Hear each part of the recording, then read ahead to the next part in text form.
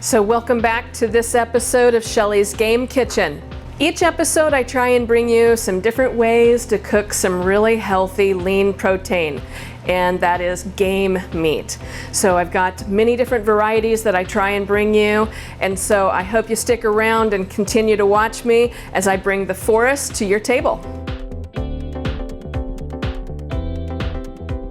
So what I'm going to do for you today is one of my favorites. It's my Irish stew, but we're going to start off with some duck fat biscuits.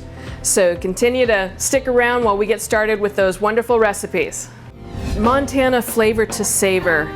We've spent a decade creating the best flavors with all natural ingredients, gluten-free, with no fillers or no preservatives.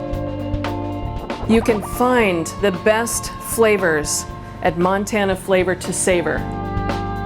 Visit our website at www.mtflavortosavor.com. With an explosion of flavor that tantalizes your taste buds, there's only one way to experience the last best taste of Montana, and that's with Montana Flavor to Savor seasonings. Get yours today. So one of the good things that I'm going to do today are the duck fat biscuits. But in order to do that, we want to keep that nice and cold, because that's the secret of a really flaky biscuit, is starting with cold butter, cold duck fat, and so forth. So I'm going to get that out of the freezer. And you can see here I've actually grated the butter because that helps us incorporate it into the flour a lot easier as well. So I'm going to add all of my dry ingredients here. So I've just got general purpose flour, and then I also have some baking powder, and my leavener is cream of tartar. So they just kind of make a little bit softer biscuit, and it's also my mother's recipe. I grew up with biscuits. Every single week we had biscuits in the house.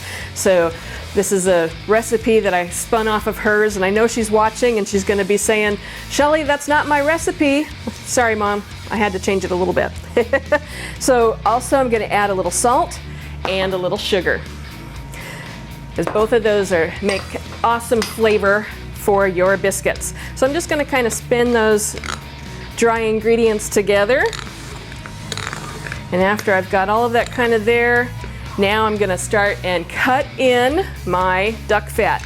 So in this case, what I'm going to do is I'm actually doing 50-50 duck fat and butter.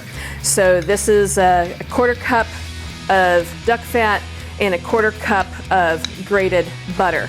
It looks more because it's fluffy and grated, but it's just a quarter cup.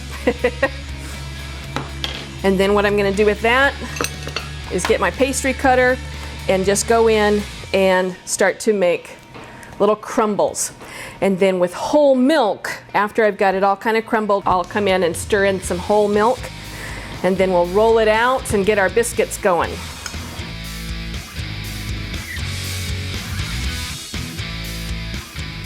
So that looks pretty good. We got some good crumbles there. All of my duck fat and butter are incorporated, but it's also good to use like the pastry cutter instead of your hands to do it, because we want to keep that butter and duck fat cold.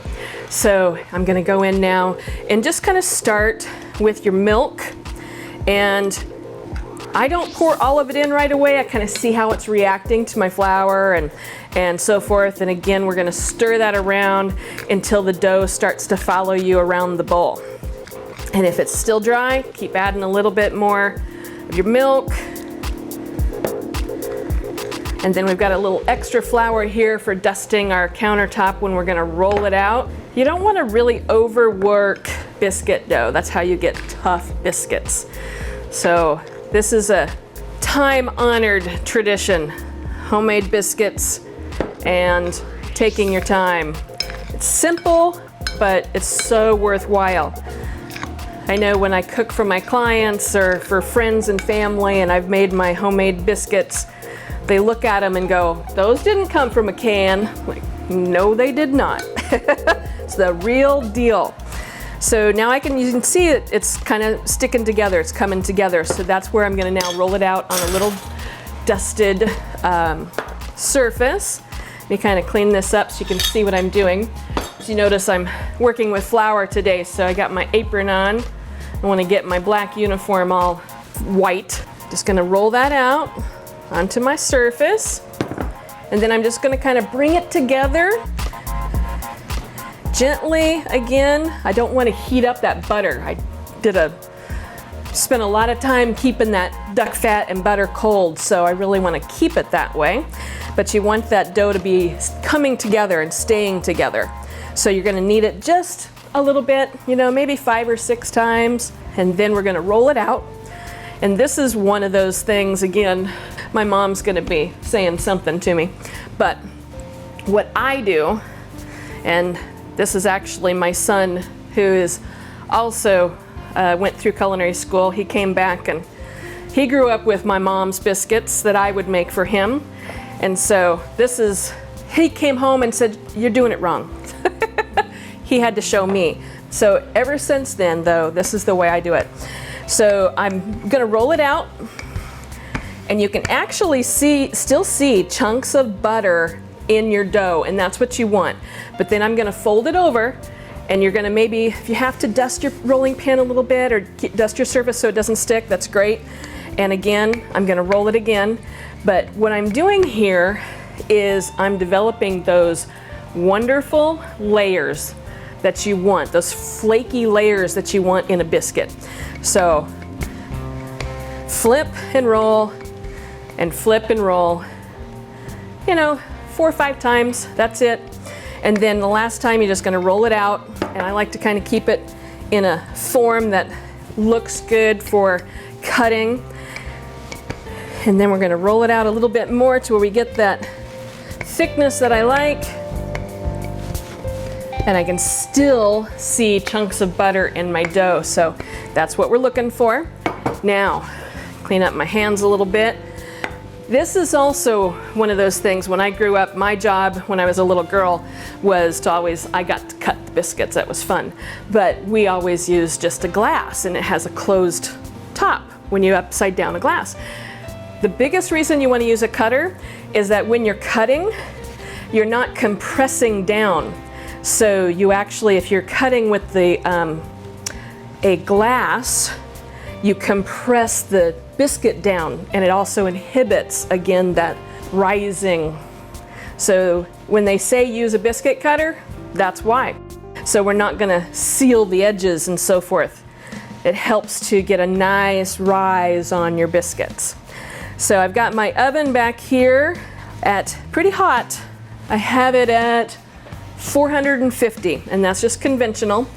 It doesn't take long, but pretty hot temp. And again, we're creating all the parts necessary to make the biscuits rise.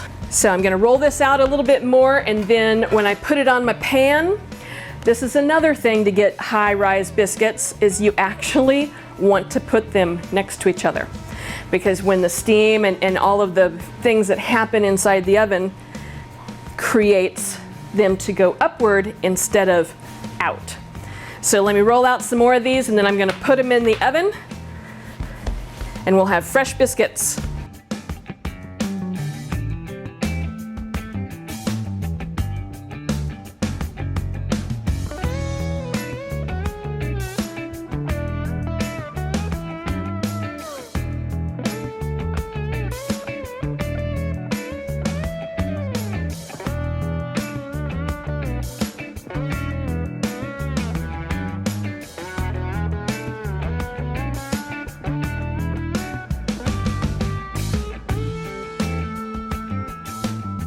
So what I'm doing now is getting all of the ingredients ready for my Irish stew. And I'm using elk, and I did a roast that I butterflied out and cut down into little cubes. And I've already dusted that with some of my steak seasoning from Montana Flavor to Savor. And I'm just gonna kind of get the rest of my veg going. I sear off the meat in stages, you know, a little bit at a time, and then take it out and then do the next stage. And then after we have our meat seared, then I'll start doing sweating all of the veg, the mirepoix and stuff like that. So.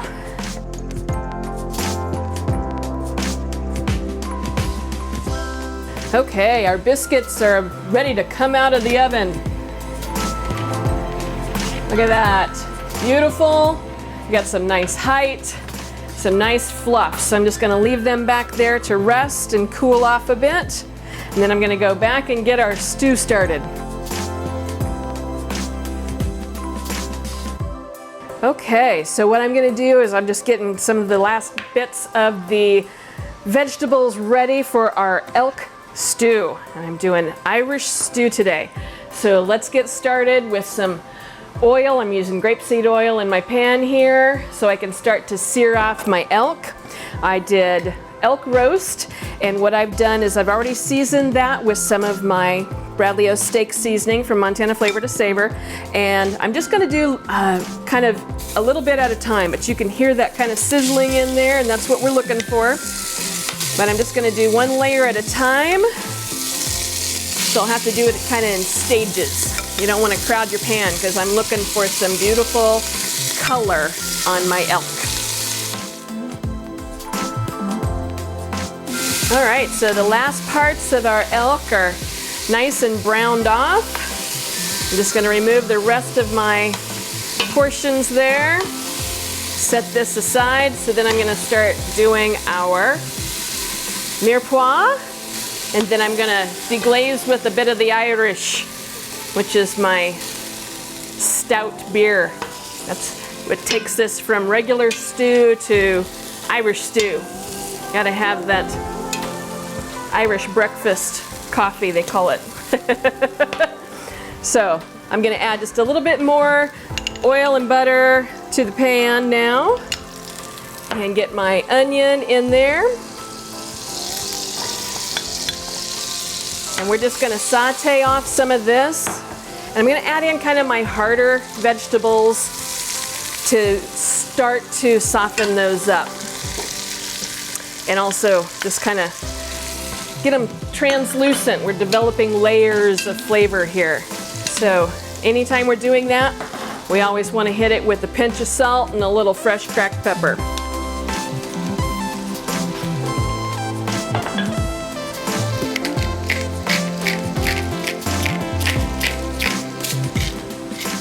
Perfect.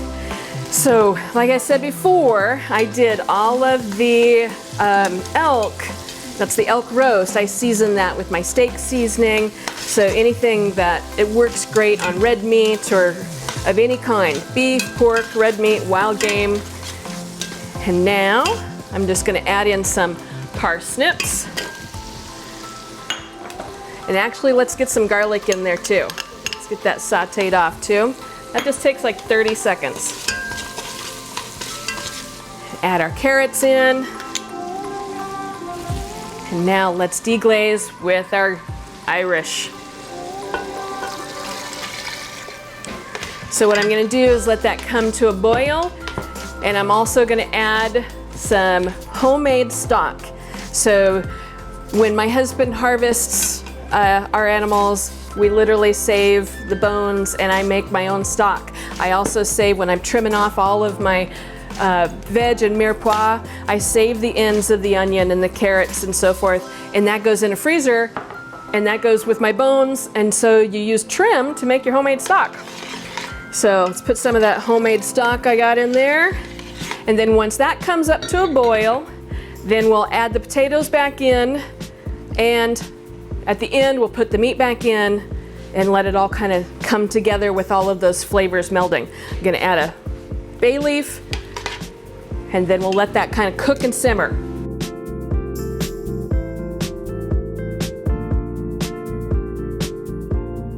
So now that it's boiling, I'm gonna add some of my potatoes in. And then we're gonna let those just kind of get softened up and absorb some of that beautiful broth and stout beer.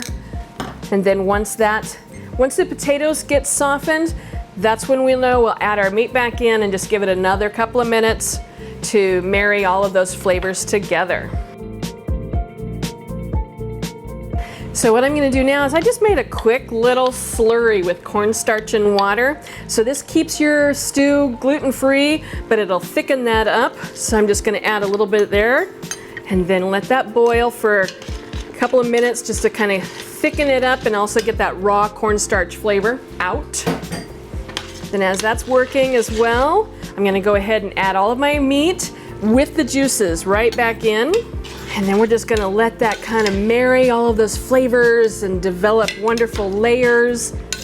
And then we'll be ready to plate.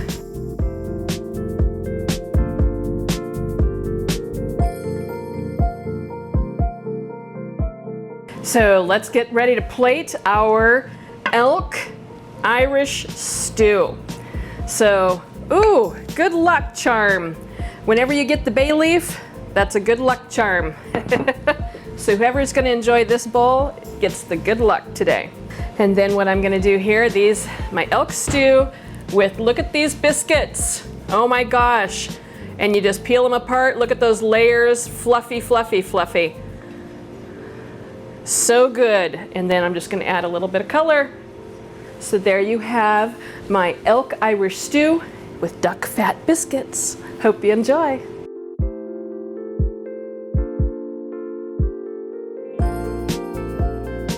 Thank you for tuning in to this episode of Shelly's Game Kitchen. I'm Chef Shelly Meyer, and what I did for you today was my elk Irish stew. So delicious. I hope you try it at home, but make sure you do it with my homemade duck fat biscuits. Check me out on social media, it's Chef Shelly Meyer, and I'm on Facebook and Instagram. And if you want some more inspiration to cook wild game or farmed game, you can go to my Spice Facebook and Instagram page or www.mtflavor2savor.com. Thanks for tuning in and catch me next time while I continue to bring the forest to your table.